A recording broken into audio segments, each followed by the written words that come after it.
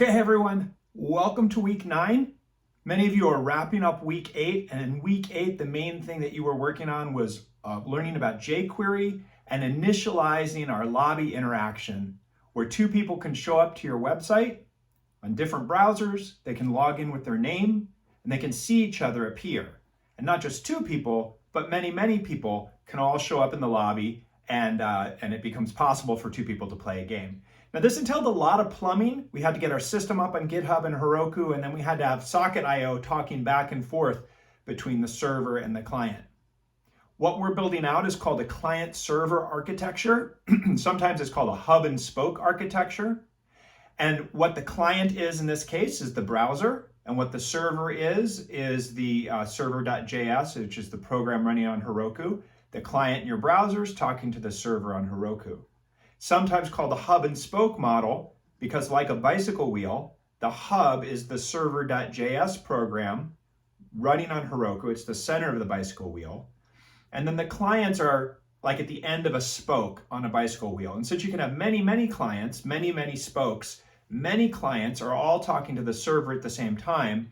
And the server is busy sending messages from one client to another. So the server becomes kind of a point of contact for anyone that wants to play the game. Initially, everyone shows up in the server in this space that the server is maintaining, which is the lobby.html. But today, what we're going to do is finish that lobby, or sorry, not today, this week, what we're going to do is we're going to finish that lobby interaction so that two people can see each other in the lobby. One person can invite another through the hub, and the other person can accept that invitation. And then, so the first thing we're doing this week is we're going to complete that hub and spoke architecture, complete that lobby interaction, so that after a second player accepts the invitation from the first player, both players are going to be simultaneously moved into the third and final HTML file that we're going to be working with, which is game.html. Unlike the lobby, there will be many different versions of the game.html file created, one for each pair of people that want to play a game at a given time. Those folks will end up playing through the server, but in a sort of a separate space, same server, but separate sort of space that the server creates for them. And so in order to do that, the next thing after finishing the lobby interaction that we have to do is we have to have you revisit your tokens. So this is the last opportunity to edit and change the tokens that you've got. There's a list of, I want to say there's maybe like 10 different tokens that need to be made.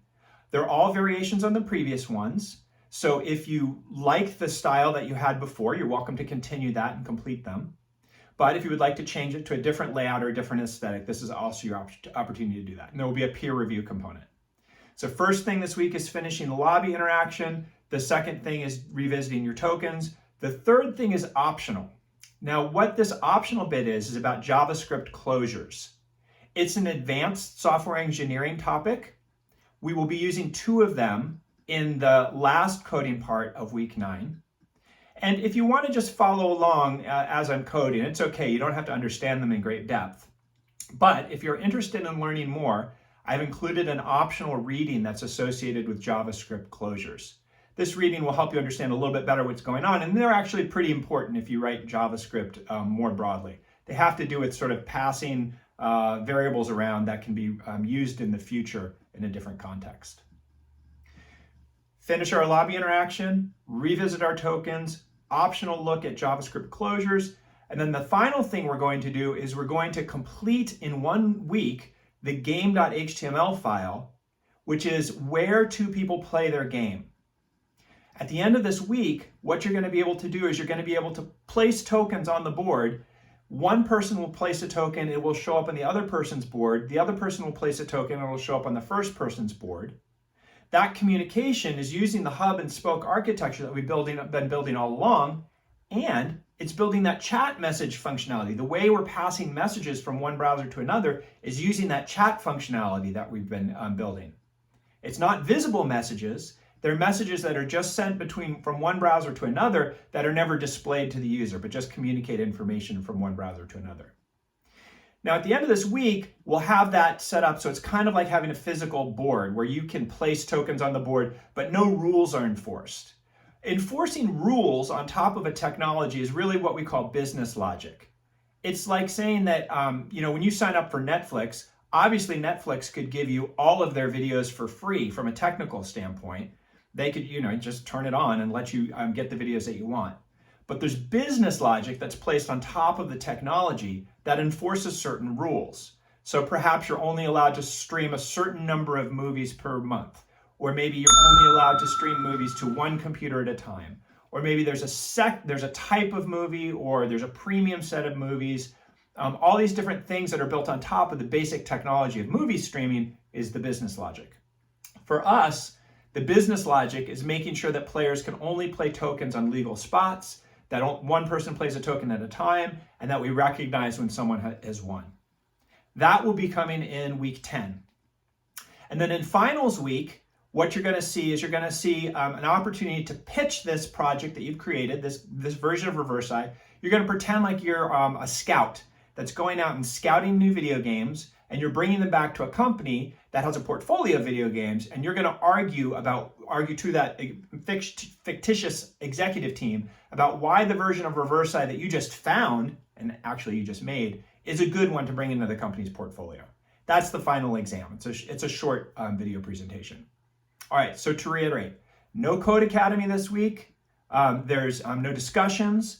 We have finishing the lobby interaction, revisiting your tokens, advanced topic of closures, and then doing our game board manipulation. This hub and spoke architecture enables many people to play at one time. The thing that you're making could probably handle on the order of thousands of games simultaneously because of the way that we've set up the architecture and done it with message passing. It's one of the benefits of message passing.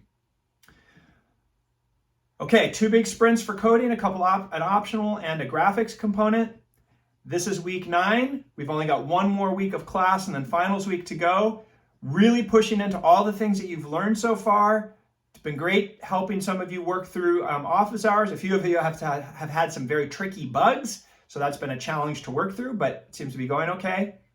Look forward to seeing your final products. Hang in there. You got 2 more weeks to go. Let's go week 9.